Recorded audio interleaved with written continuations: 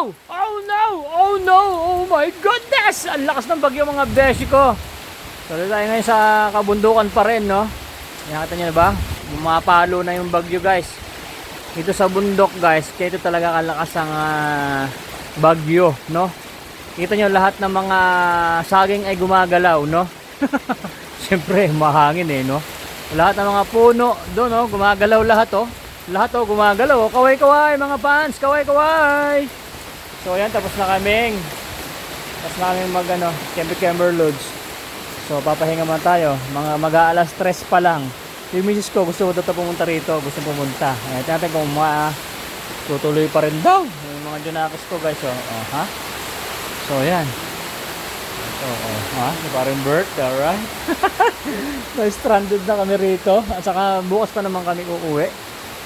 So ito, baka mabasa, maanggi-anggi kasi.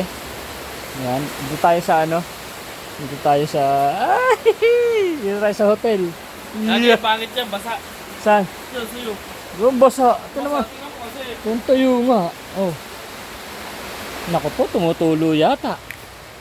Tumutulo. Ano mo, basahin mo na. Hawakan mo sa ito. Wala.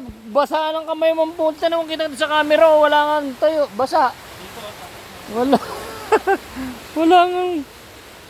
Ayan o, dito kami guys oh. Oha. Ito dyan yung Tulo. ayan, wala eh. Walang tao din eh. Walang mag-asikaso kung anong kailangan. Okay na yan. Patulo-tulo, hindi man tayo mababasa dyan eh. Gusto na dyan guys dito. Umangat kasi ito kanina.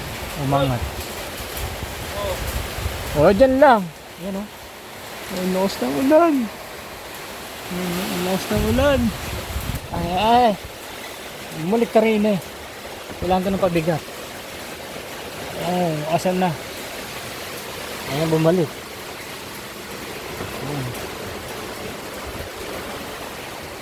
Kasi guys, ito kung bakit naging ganyan to. Kung paano ginagawa namin to, yung pinapagawa ko to, is mahigpit sa barangay. Ayaw na lang maging concrete dito yung bahay kasi nga may ginagawang dam. So ngayon malayo naman tayo sa dam. So wala na, late na kasi dati pinapagawa ko to. Dapat buhos pa to sa taas, tapos may kubo sa taas to eh. Tapos ito mga salamin. Yan, mga salamin dapat yan. Kaso ngayon pwede na, wala nang pera sa Boy Sardinas. Ay. So yan, ano tayo dito, camber loops lang. Ayan, grabe. Bakasyonista tayo ngayon mga beshi ko, bakasyonista. Ay grabe, ang sarap po. Naka-relax tayo dito, Bio. Ang sarap huminga dito mga beshi ko dyan, mga kasardins, no? Ayan, open ko na. Sarap. Buti na-open para to, na-open niya, no? Pumasok yung tubig, binaliktad ko na lang itong foam. So, hindi pa basang-basa, kaya okay pa. At bumabagyo, okay lang dito, relaxing.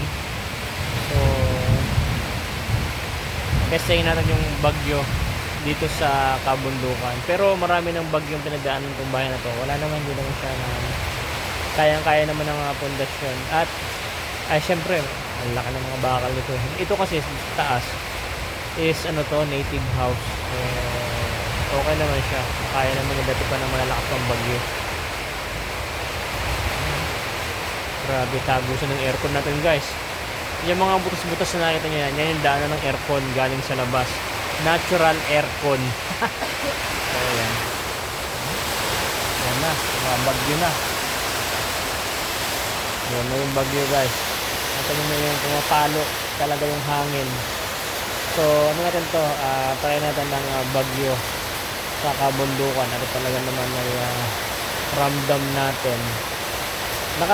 Siya, nakakatakot, pero na-enjoy lang tayo kasi ang sarap talaga, ang sarap sa feelings ng lamig, natural lamig, hindi sa aircon. At ay kasama mo ang mga nagigreenan ng mga punong kahoy at mga saging na napakadami.